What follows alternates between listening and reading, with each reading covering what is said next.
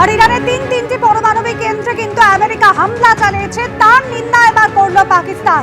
ইরানের 3টি পরমাণু কেন্দ্রের হামলার নিন্দা এবার ইসলামাবাদ। আমেরিকার এয়ার স্ট্রাইকের নিন্দায় ওমানও। উত্তেজনা কমানোর আবেদন জানানো হচ্ছে।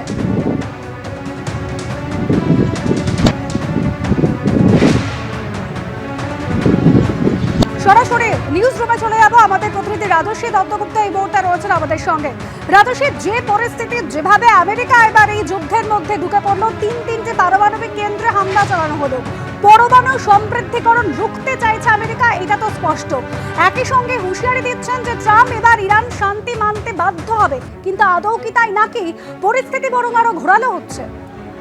একদমই তাই। পরিস্থিতি ক্রমশ ঘোরালো হচ্ছে, জটিল হচ্ছে এবং এমন একটা জায়গায় গিয়ে পৌঁছচ্ছে যেখানে যুদ্ধ হয়তো আরো তীব্র থেকে তীব্র আকার ধারণ করতে পারে।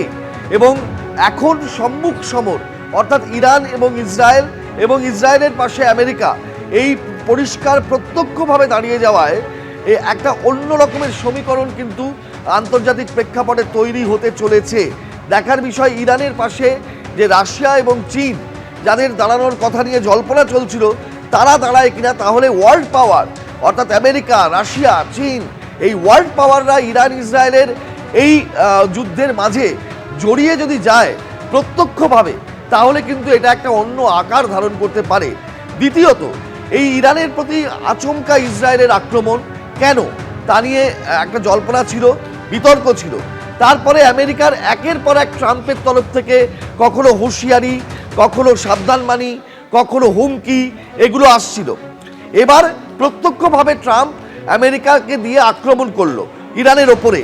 মূল বিষয় ইরানের পরমাণু ভান্ডার, অর্থাৎ ইরানের যে পরমাণু অস্ত্র আছে কিনা, যদি থেকে থাকে তাহলে সেগুলো ধ্বংস করা। ইরান পরমাণু অস্ত্র তৈরির যে ইউরেনিয়ামের ভান্ডার তৈরি করেছে বা সংরক্ষিত রেখেছে, সেইটাকে ধ্বংস করা। ইরানকে পরমাণু শক্তিধর রাষ্ট্র হতে দেওয়া যাবে না, এইটা আমেরিকার এক এবং একমাত্র এজেন্ডা। এবং সেই জায়গা থেকে ইরান এই পরমাণু শক্তিধর হবে না, এই চুক্তিতে স্বাক্ষর করতে রাজি নয়, মাথা নিচু করতে রাজি নয়, সমঝোতায় যেতে রাজি নয়। তার জন্য আক্রমণ যেটা করা হয়েছে আমেরিকার তরফে, যেটা সমর বিশেষজ্ঞরা বলছেন যে B-2 বিমান, যেটা দেখা যায় না, র্যাডারে ধরা পড়ে না, সেই বিমান আমেরিকার কাছে আছে। সেই বিমানে করে বাংকার ব্লাস্টার বোমা নিয়ে গিয়ে ইরানের 3টে পরমাণু শক্তি রয়েছে যেখানে, ভান্ডার রয়েছে যেখানে, বা ইউরেনিয়াম রয়েছে যেখানে, ফোর্দো বলে যে মূল এলাকা, পাহাড়ে চারদিক দিয়ে পাহাড়ে ঘেরা এবং মাটির গভীরে সেই ইউরেনিয়ামের ভান্ডার এবং পরমাণু অস্ত্র যদি তা থেকে তৈরি করে থাকে সেগুলো রয়েছে বলে খবর। সেই জায়গায় এই বাংকার ব্লাস্টার বোমা ফেলা হয়েছে এবং সেটা B-2 বিমানে করে ফেলা হয়েছে। এই B-2 বিমান কোনো র্যাডারে ধরা পড়ে না, এটা অদৃশ্য থাকে, এর গায়ে সেন্সার লেগে ফিরে চলে যায়, অর্থাৎ এটাকে ডিটেক্ট করা যায় না। এটা যে আসছে কোনো ডিটেক্ট করা যাবে সেইটা করা যায় না। এই অত্যাধুনিক প্রযুক্তির বিমান আমেরিকার কাছে আছে, যে কারণে ট্রাম্প বারবার বলছিল যে গভীরে গিয়ে, বাংকারের ভেতরে গিয়ে আক্রমণ আমেরিকাই করতে পারবে। সেটা করে আমেরিকা আজকে প্রত্যক্ষভাবে এই যুদ্ধের মধ্যে ঢুকে পড়ল। এখন তারপরে ইরান আবার ইসরায়েলের ওপরে প্রত্যাঘাত হেরেছে। ইসরায়েলে একের পর এক ক্ষেপণাস্ত্র পাঠিয়েছে। ইসরায়েল দাবি করছে তারা সেই সব ক্ষেপণাস্ত্র আকাশপথেই ধ্বংস করে দিতে সমর্থ হয়েছে। সামগ্রিকভাবে গোটা বিষয়টা একটা যুদ্ধের তীব্রতার দিকে চলে যাচ্ছে এবং দুপক্ষেরই ক্ষয়ক্ষতি হচ্ছে, কিন্তু সেই ক্ষয়ক্ষতি কি হচ্ছে তা প্রকাশ্যে আসছে না। এখন দেখার বিষয় ইরান কি করে, এর পরবর্তী পদক্ষেপ কি হয়। আমেরিকা আজকে যে অ্যাটাক করেছে সেই অ্যাটাক কন্টিনিউ করে কিনা, অর্থাৎ সেটার কোনো ধারাবাহিকতা থাকে কিনা, এবং ইসরায়েল ইরানের মধ্যে কোথাও কোনো আলোচনার অবকাশ থাকে কিনা।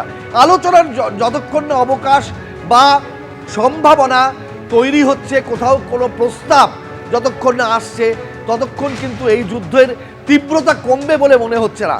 এটা ক্রমশ এসকালেট করছে এবং সেটাই কিন্তু ভয়ের।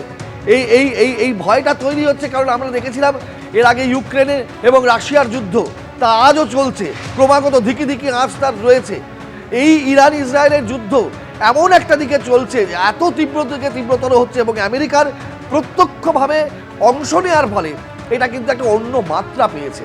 এখন অন্য ওয়ার্ল্ড পাওয়ারগুলো কি করবে, কেউ এদের মধ্যে সমঝোতার প্রস্তাব আনবে কিনা, কোনো তৃতীয় দেশ কিংবা রাষ্ট্রসংঘ তারা ইন্টারভেন করবে কিনা, এই প্রশ্নগুলো এখন বড় হয়ে দাঁড়াচ্ছে। একেবারে রাধস্য